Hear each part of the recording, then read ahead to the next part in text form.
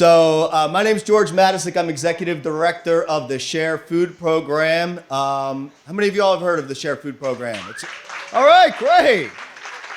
I expect to hear from East Falls. Where's East Falls at? Here we go. All right. Thank you. I came to the Share Food Program in 2019. I actually volunteered there as a kid across the street. I went to Mercy Tech, which is across the street there, volunteered there as a kid. Worked in a lot of nonprofits over the years, and was fortunate enough in 2019 to get to follow my successor, who was there for 31 years, a woman by the name of Stevana Wynn. Yes, thank you. So this will be actually particularly meaningful for those who knew Stevana. So I got there in 2019, and for those who don't know, the Share Food Program, the original warehouse, is North by Northwest, right? So it's really where North Philly meets Northwest Philly, 29th and Hunting Park.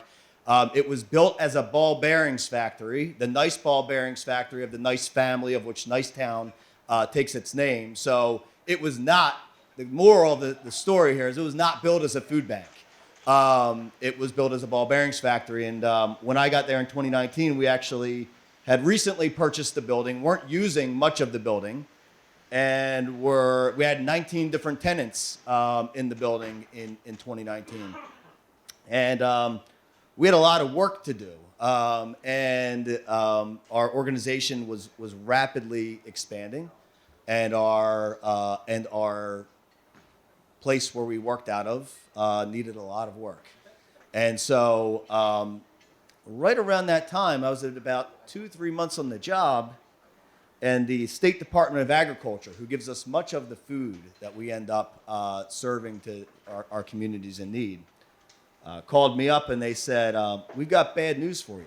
You know, you've been working with they had a contract with a company called Philly Cold Storage. If you're ever driving up 95 here, and you see the building with the big American flag painted on the side, used to be Allen Iverson back in the day for you long-time Philadelphians. All right, so that company used to basically store our food, like our frozen food. We had a couple freezers, but not a lot of freezers. And so they would keep much of their frozen food for us and then ship it to us on a weekly basis. And the State Department of Agriculture called me and said, we got bad news. That company's going out of business. And we're trying to find somebody else to do the work. We'll let you know when we find somebody. So this is probably about May of 2019. A couple weeks later, they call me again. They say, well, we still haven't found anybody. We're really trying to find somebody. We're now getting into June, going into July. I said, well, what if we build the freezers here and you just, you give us the food directly and work something out?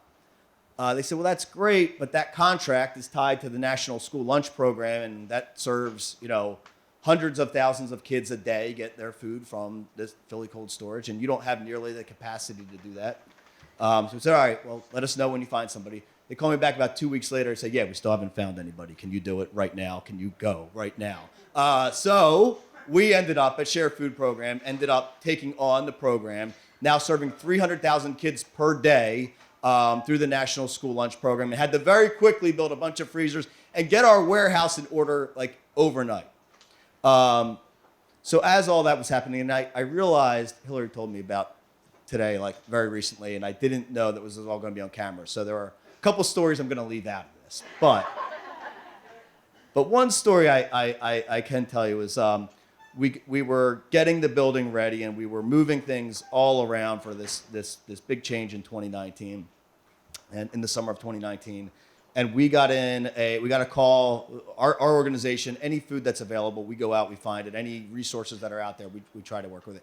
Somebody called us from a wrecking company out on the Northeast Extension and said a tractor trailer full of dishwashing soap turned over, and we've got a bunch of dumpsters full of it. So what do you do in that situation? You get a bunch of kids to go through it and pull out the good stuff, and we started putting them all in boxes. And so we had 6 of these big gaylords of dishwashing soap. And I said, we're going to need these someday. We're going to put a couple down the basement. And everybody had told us about our basement that it's a very steep incline to go into our basement at the time before we renovated a lot of the things. and they said, whatever you do, don't try to take anything down the basement. I thought, you know, we'll figure this out. So I go down there and I had the dishwashing soap and I'm on a pallet jack. This is about 600 pounds of dishwashing soap, going down a very steep incline on a manual pallet jack. But see, what the dishwashing soap didn't know was 2 days ago, I had been to the gym. I had been not any gym, Planet Fitness, Black Card member, right here. I was feeling good. I was feeling pumped. So I go back with this pallet jack full of dishwashing soap. It takes me right down the ramp, throws me back, gives me a concussion, and knocks me out for a couple days. So I tell everybody, I send an email out, don't go down the basement. We got to get this thing ready.